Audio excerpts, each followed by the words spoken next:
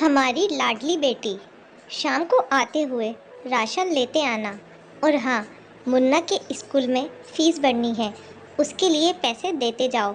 बीवी की इस मांग पर जेबें उल्टी करके दिखाने के सिवा बड़े के पास कोई दूसरा उत्तर नहीं था।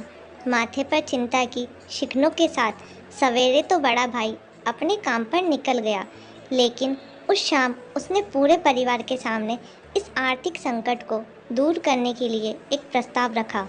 क्यों ना हम उस प्लाट को बेच दें जिसे बापूजी ने लक्ष्मी को शादी में देने के लिए खरीदा था। बेटी को दी हुई चीज वापस नहीं मांगते, पाप लगता है। लक्ष्मी का जन्म होते ही घर खुशियों से भर गया था। तभी तुम्हारे बाप ने ये तय कर लिया था कि ये प्लॉट लक्ष्मी का है, जो उसे उसकी शादी में दे दिया जाएगा। माँ ने अपना विरोध जताते हुए कहा, कौन सी बेटी? वो बेटी जो प्रेम विवाह कर घर की इज्जत को खाक में मिलाकर गई और पिताजी की अंतिम यात्रा में भी शामिल न हुई। बड़े ने टोंट मारते हुए कहा, मेरा मुंह मत खुलवा।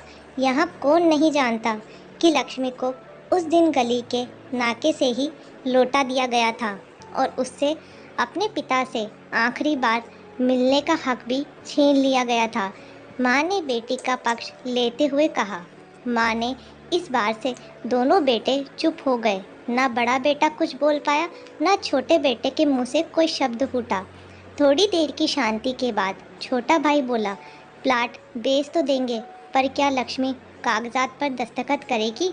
मुझे नहीं लगता वो हमारा भला सोच भी सकती है। आखिर है तो औरत जात, पुरुषों की परिस्थिति कैसे समझ पाएगी? काफ़ी वाद विवाद और सोच विचार के बाद सब इस बात पर सहमत हुए और पड़ोस के मोहल्ले की लक्ष्मी की दोस्त को बोलकर लक्ष्मी को घर आने का न्योता दे दिया गया। अगले दिन सुबह से गली के नाके पर खेल रहे बड़े भाई के लड़के की बुआ आ गई, बुआ आ गई की आवाज़ सुन घर वाले चौकन्ने हो गए। दोनों भाई मन में द्वेष और नफरत के साथ उसको कैसे घर में आने के लिए कहे, इसी दुविधा में थे। वो कहते हैं ना, ज़रूरत के वक्त गधे को भी बाप बनाना पड़ता है। उसी कहावत के हिसाब से दोनों भाई बहने से बात करने के लिए तैयार हुए। दरवाजे पर जब बेटी और दामाद ने पूरे 7 साल बाद कदम रखा तो माँ की आंखें भर आई और दोनों को बड़े प्यार से घर के अंदर लेके आई। बेटी और दामाद भी माँ का इतना स्नेह देखकर भाव विभोर हो गए। शाम को साथ में बैठे बेटी और दोनों बेटों और दामाद के आगे हिचकिचाते हुए माँ ने ही प्लाट का मुद्दा उठाया। लक्ष्मी को थोड़ा अंदेशा था कि कोई बड़ी बात होगी। लक्ष्मी उस दिन ये सोच रही थी कि ऐसी क्या बात हो सकती है कि जो खड़ूस भाई उसे बाप का मुंह भी दिखाने के खिलाफ थे, वो अचानक इतने कैसे पिघल गए। लेकिन अब उसको सारी बात समझ में आ गई।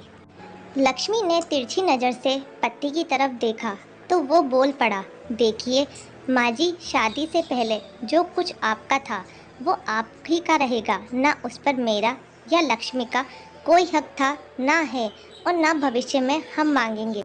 इसलिए आप निश्चित होकर उस प्लाट के साथ जो करना है कीजिए। आप जहाँ कहेंगे हम वहाँ साइन कर देंगे। सुबह से अपने जीजा से नजरें चुरा रहे दोनों भाइयों ने अब अपने जीजा को अच्छे से देखा। सुबह प्लॉट के कागजात पर बहन ने दस्तखत लेकर काम खत्म ही की किया जाए यह तय हुआ।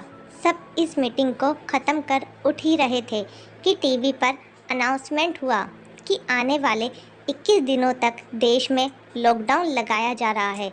लक्ष्मी के पति ने फ़ोन पर बात करने के बाद कहा, अब हम क्या करेंगे लक्ष्मी, कल की बस भी रद्द हो गई है और 21 दिनों तक कोई बस नहीं है। हम तो फंस गए। इस खबर से दोनों भाई बहुत निराश हो गए, क्योंकि एक तो उनकी आमदनी कम थी और दोनों लोगों का और खाने पीने का बोझा बढ़ गया था। लेकिन माँ अंदर ही अंदर खुश थी, क्योंकि इतने बरसों बाद घर वापस लौटी बेटी इसी बहाने कुछ दिन आराम से उसके साथ रह पाएगी। दोनों भाई छूटक सब्जी और फल बेचा करते थे। कुछ दिनों में ही लॉकडाउन के चलते और कोरोना वायरस के चलते लोगों ने उनसे सब्जियां और फल खरीदने बंद कर दिए।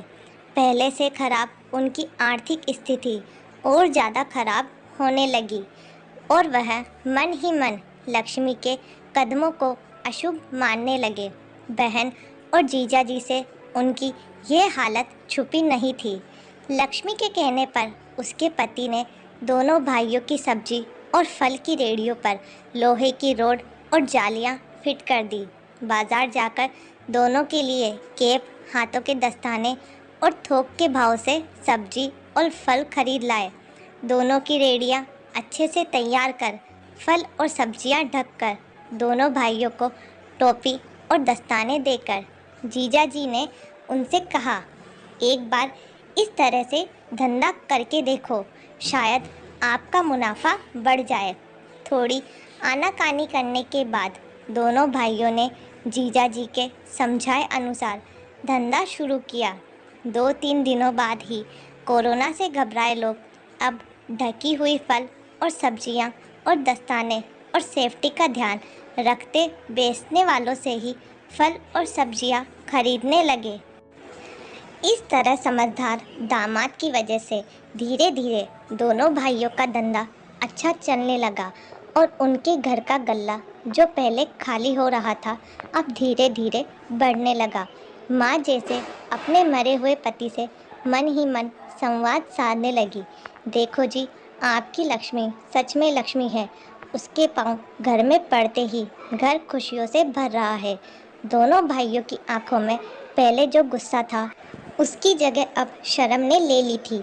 वह मन ही मन सोचते थे, क्या गलत किया था बहन ने जो हमने उसके साथ इतना बुरा सलूक किया। शादी ही तो की थी और शादी करने से पहले हमें बताया भी तो था। हम ही थे जो उसे स्वीकार नहीं कर पाए। दोनों भाइयों के मन में द्वेष और नफरत धीरे धीरे क्वारंटीन हो गए। 21 दिन बाद जब दीदी और जीजाजी प्लॉट के कागज़ पर साइन करने जाने लगे तब दोनों भाइयों ने उन्हें रोक लिया और उनकी माफ़ी मांगते हुए वो पेपर्स उन्हें देते हुए बोले, शादी के वक्त हमने आपको कोई तोहफा तो दूर की बात है, आपका हक भी नहीं दिया, लेकिन अब इस प्लॉट को स्वीकार कर हमें प्रायश्चित करने का एक मौका दीजिए। सभी की आंखों में खुशी के आंसू आ गए और माँ ऊपर देखकर बोली, देखा आपकी लाडली ने आज फिर हमारा घर खुशियों से भर दिया। तो दोस्तों, आपको ये कहानी कैसी लगी? वीडियो अच्छी लगे तो प्लीज़ चैनल को लाइक शेयर सब्सक्राइब जरूर कीजिएगा। Thank you.